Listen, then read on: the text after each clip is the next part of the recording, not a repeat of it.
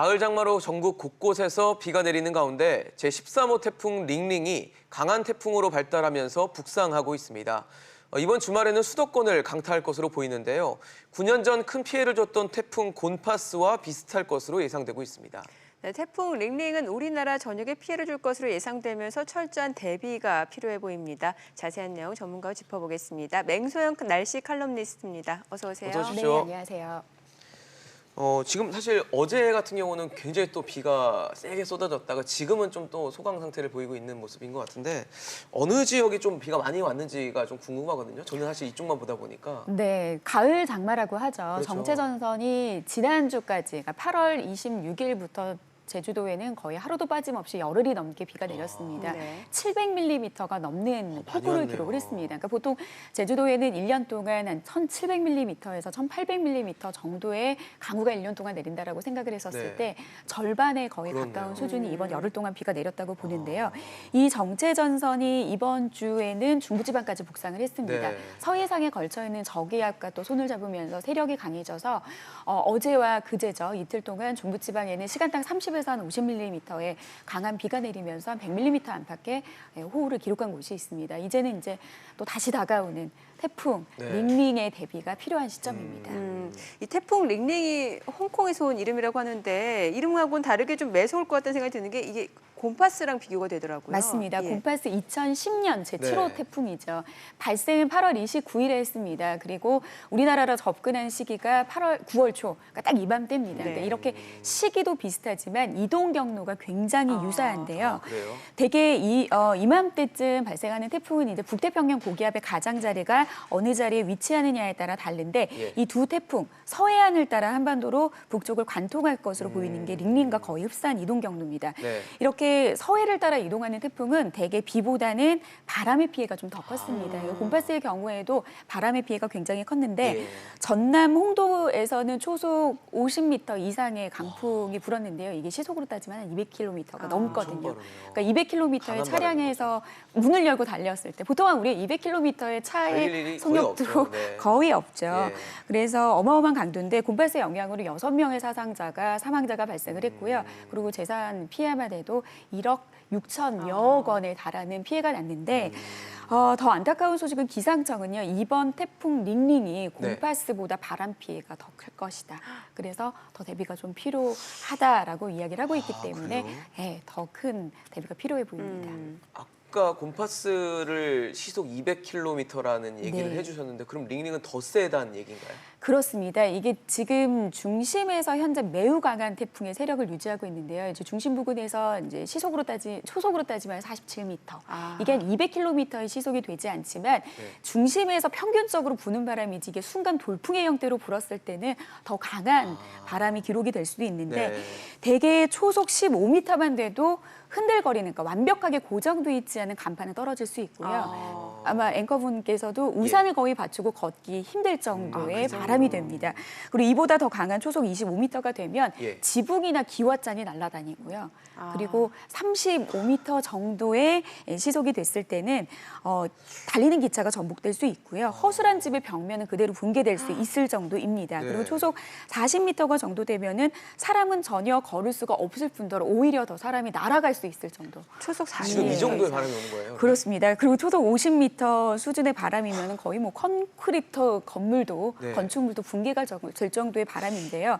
지금 태풍 링링이 현재 중심 부근의 최대 풍속이 초속 47m, 거의 50m에 가까운 바람인데 예. 지금 현재도 시속 170m의 강한 강도거든요. 근데 보통은 대개 이제 우리나라 부근에 접근을 하게 되면은 7, 8월 정도에는 해수면 수온이 그렇게 높지 않기 때문에 네네. 약해져요.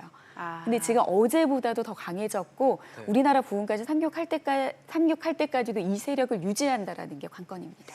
그러네요. 이 풍속에 따른 피해가 큰일이네요. 예상이 되기 때문에 네. 좀 대비가 필요할 것 같은데 또 보통 원래 그 이맘때쯤, 그러니까 9월에 오는 태풍이 원래 좀 위험한 거예요? 어때요? 그렇습니다. 가을 태풍이죠. 대개 태풍은 우리나라에서 한 6월에서 한 10월 정도 골게 분포를 하는데 네. 빈도수를 따지자라고 하면 보통 7, 8월 태풍이 많이 이제 제일 발생을 익숙했던 것 합니다. 같아요. 네. 그렇죠. 그렇지만 뭐 루사나 매미나 우리가 정말 기억하고 싶지 않은 기록적인 태풍 같은 많이 경우에는 피해를 줬던. 되게 9월 태풍이었거든요.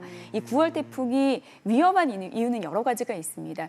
지금 육지는 그래도 아직까지는 이제는 예. 여름보다는 약간 가을의 기운이 느껴지지 않습니까? 네. 근데 가을은 이 육지보다 좀 계절이 한 템포 늦게 온다라고 좀 보시면 될 것 같아요. 그러니까 지금 비열이 좀 높기 때문에 천천히 데워졌다가 천천히 식거든요. 그렇기 때문에 지금 바다는 해수면의 온도가 네. 한여름을 가리키고 있습니다. 아, 근데 해수면이 이렇게 뜨거우면은 강력한 에너지와 뜨거운 수증기를 공급을 받는 태풍의 입장에서는 힘을 더 엄청나게 받게 되는 발달을 거군요. 하게 만들 수 있는 요인이 되거든요. 예. 여기 두 번째는 북태평양 고기압이 한여름에는 한반도를 거대하게 좀 감싸고 있었다라고 하면 이제는 수축하는 물러나는 시기입니다. 네. 근데 이 물러나는 그 고기압의 가장자리가 되게 한반도에 걸쳐 있거든요. 그래서 어떤 때는 남부지방을 향하는 대한해협의 길을 트여주기도 하고요. 그러니까 지금 같은 경우에는 조금 폭넓게 우리나라를 이제 감싸고 있기 때문에 이게 서해 바다 쪽에 네. 이제 길문을 틀어준 그런 어떤 경우가 된 거겠죠. 네. 네네.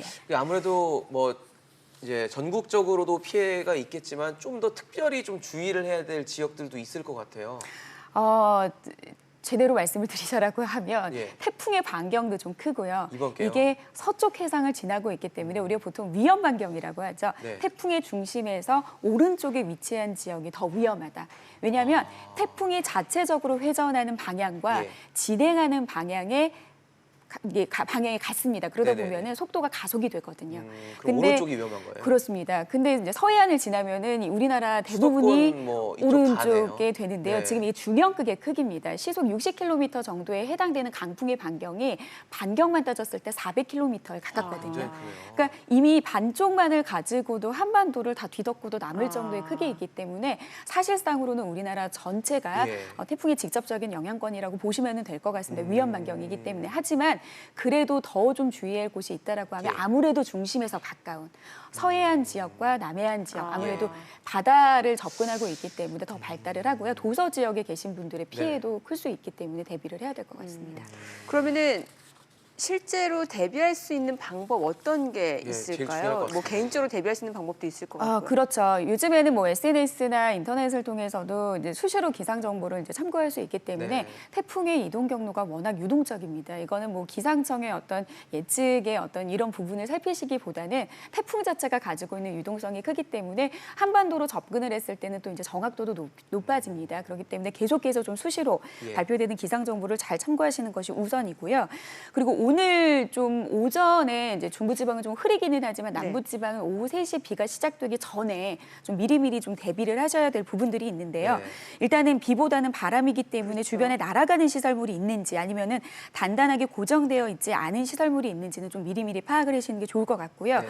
그리고 태풍이 인접하는 해안가에서는 좀 선박들을 단단하게 고정을 하고 어구나 어망 같은 그런 도구들 같은 경우에도 좀 미리미리 옮겨두시는 게 좋을 것 같고 네. 양식장에서도 피해가 없도록 강한 바람에 대비한 피해가 이제 대비가 좀 필요할 것 같고요. 가장 안타까운 거는 다음 주 추석이지 않습니까? 네네. 그러니까 이 수확을 앞둔 농가에서는 아마 이 정말 이 태풍이 온다는 소식 그러니까요. 자체가 좀 많이 불안불안하실 불편할 것 같아요. 겁니다. 그래서 걱정도 많이 하시고. 낙과 피해가 일어나지 않도록 좀 비가 안 오는 사이, 근데 좀 바람이 좀 강해졌다, 비가 오는 것 같다라고 하면 그때 또 다시 뭔가 피해를 대책을 할 때는 그 2차 피해가 또 발생을 할 수 있거든요. 그래서 조심을 하셔야 될 것 같고요. 그다음에 상대적으로 비의 양이 좀 적다, 우리 지역은 좀 멀어진 것 같다라고 느껴도 방심하시면 안 됩니다. 네. 이미 지난주에 남부지방 같은 경우에는 어마어마한 비가 내렸거든요. 그러니까 이미 지반이 약해진 상태이기 때문에 이 위에 조금의 비가 더 내려도 축대가 붕괴가 되거나 산사태의 위험이 이제 우려되는 지역들이 있기 때문에 네. 꼭 이번 예보 안에서의 우리 지역만 살핀다보다는 지난주까지 이어졌던 날씨 정보까지 고려해서 태풍이 모두 지나가는 일요일까지는 계속해서 만전의 대비가 필요해 보이겠습니다. 네, 알겠습니다. 오늘 맹소영 날씨 칼럼니스트였습니다. 잘 들었습니다. 고맙습니다. 네, 고맙습니다.